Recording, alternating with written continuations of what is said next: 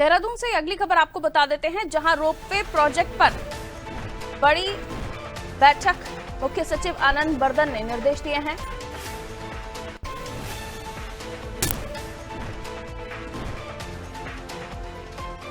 प्राथमिकता तय करने पर उप समिति बनेगी। शहरों की जरूरत के हिसाब से रूट तय किए जाएंगे। तो रोपवे प्रोजेक्ट पर बड़ी बैठक, मुख्य सचिव आनंद बर्धन के निर्देश। प्राथमिकता तय करेंगे, प्राथमिकता तय करने उप समिति बनाई जाएगी। शहरों की जरूरत के हिसाब से रूट तय होंगे। जागेश्वर धाम परियोजना में इन्हें शामिल किया जाएगा। देखिए, रोपवे प्रोजेक्ट जिसको लेकर काफी महत्वपूर्ण ये बैठक है और तेजी आए इस रोपवे प्रोजेक्ट में, ये भी प्राथमिकता की बात कही जा रही है कि उप समिति बनाई जाएगी जो प्राथमिकता तय करेगी। आइए इसे हम और भी समझने की कोशिश करते हैं, क्योंकि जागेश्वर धाम परियोजना प्रोजेक्ट में इसे शामिल करने की बात कही जा रही है। सोनू हमारा सहयोगी हमारे साथ जुड़े हुए हैं। सोनू, इस खबर को विस्तार से समझाइए। रोपवे प्रोजेक्ट पर यह बैठक जिसको लेकर मुख्य सचिव आनंद बर्धन निर्देशित कर रहे हैं, प्राथमिकता तय करने के लिए उप समिति बनाने की बात कर रहे हैं। जी, अब देखिए पारुल, उत्तराखंड के कई ऐसे क्षेत्र हैं गढ़वाल से लेकर कुमाऊं तक, जहां पर रोपवे परियोजना बनाई जानी है। रोपवे परियोजनाएं प्रस्तावित हैं।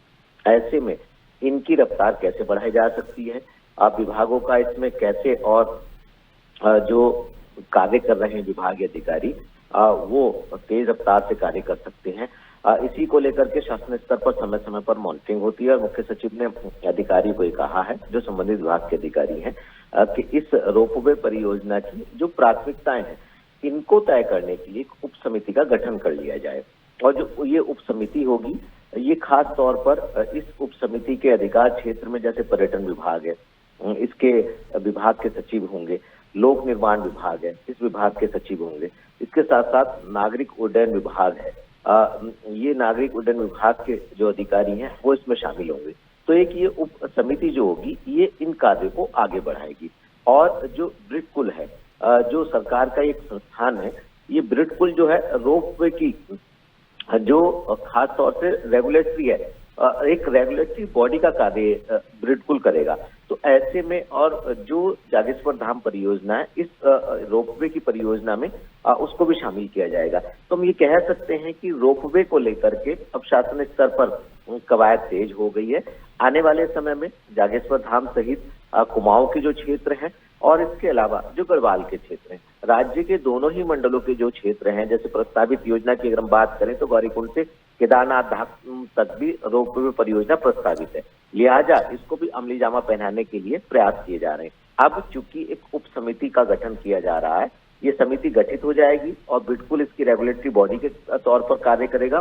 तो संबंधित जो विभागीय अधिकारी हैं वो आपसी समन्वय के साथ जितनी भी प्रस्तावित रोपवे की परियोजनाएं गढ़वाल से लेकर कुमाऊं तक, इनको धरातल पर उतरते हुए हम देख पाएंगे। पारुल, बिल्कुल, और जरूरी भी है क्योंकि रोपवे प्रोजेक्ट भी एक अहम योगदान निभाता है जब हम रूट्स की बात करते हैं, जब हम कनेक्टिविटी की बात करते हैं, क्योंकि उत्तराखंड पहाड़ी राज्य है और ज़्यादा जगहों पर इतनी आसानी से हम देख रहे हैं कि पहुंचना बहुत आसान नहीं होता है, रास्तों को लेकर भी, रूट्स को लेकर भी।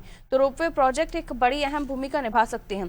लेकिन इसको लेकर जिस तरह की खबरें सामने आती हैं कि तेजी नहीं है उसमें, प्रोजेक्ट में ढिलाई बढ़ती जा रही है, कई बार लापरवाहियां भी देखी जाती हैं, क्या इस पर कोई स्ट्रिक्ट एक्शन या इस तरह की खबरों को लेकर कोई गंभीर मंथन चिंतन होता है? सोनू, अब देखिए पारुल, ये बहुत महत्वपूर्ण सवाल आपका है। ये बात बिल्कुल सही है कि अक्सर जब समीक्षा बैठकें होती हैं, उन समीक्षा बैठकों में जो अगर विधानसभा क्षेत्र के स्तर पर समीक्षा बैठक मुख्यमंत्री की अध्यक्षता में हो रही है, तो उनमें जनप्रतिनिधि भी शामिल होते हैं और मुख्यमंत्री साफ तौर पर अधिकारियों को एक नहीं बल्कि अनेकों बार ये दिशा निर्देश दे चुके हैं कि कहीं पर भी नौकरशाही में अगर कोई लापरवाही की बात सामने आती है तो सरकार के मुखिया तत्काल उस पर एक्शन लेने में कोई गुरेज नहीं करेंगे। और एक नहीं अनेकों ऐसे मामले हैं कि मुख्यमंत्री ने लापरवाही पर अधिकारियों पर एक्शन लिया है और निलंबन तक की कार्रवाई की है।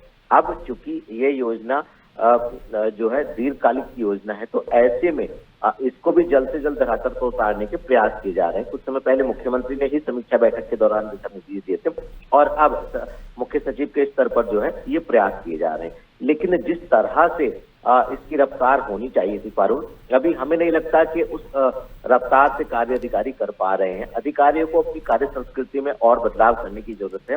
और जो रोपवे परियोजना जो कि केंद्र सरकार का भी एक ड्रीम प्रोजेक्ट में शुमार है, खास तौर से केदारनाथ रोपवे परियोजना की हम बात करें, जो गौरीकुंड से लेकर केदारनाथ धाम तक होना है, क्योंकि लाखों लाख श्रद्धालु प्रत्येक साल यहाँ पर दर्शन करने के लिए पहुंचते हैं। और ऐसे में पर्यावरण के लिहाज से और खास तौर से जो पैदल मार्ग है, इसके लिहाज से समय की बचत होगी और बड़ी संख्या में लोग दर्शन कर सकेंगे और तीर्थाटन बढ़ेगा। तो इस परियोजना को लेकर के जो प्रयास अधिकारियों के स्तर तक से अभी तक हो जाने चाहिए थे, वो शायद नहीं हो पाए। उम्मीद यही की जा रही है कि आने वाले समय में अधिकारी गंभीरता बरतेंगे और इस परियोजना को धरातल पर उतारने के लिए गंभीरता से कार्य करेंगे। पारुल, बिल्कुल, ये देखना दिलचस्प होगा कि आने वाले समय में इसमें कितनी गंभीरता दिखाई देती है। सोनू, अगली खबर पर आपसे जानकारी लेंगे, लौटूंगे आपकी तरफ।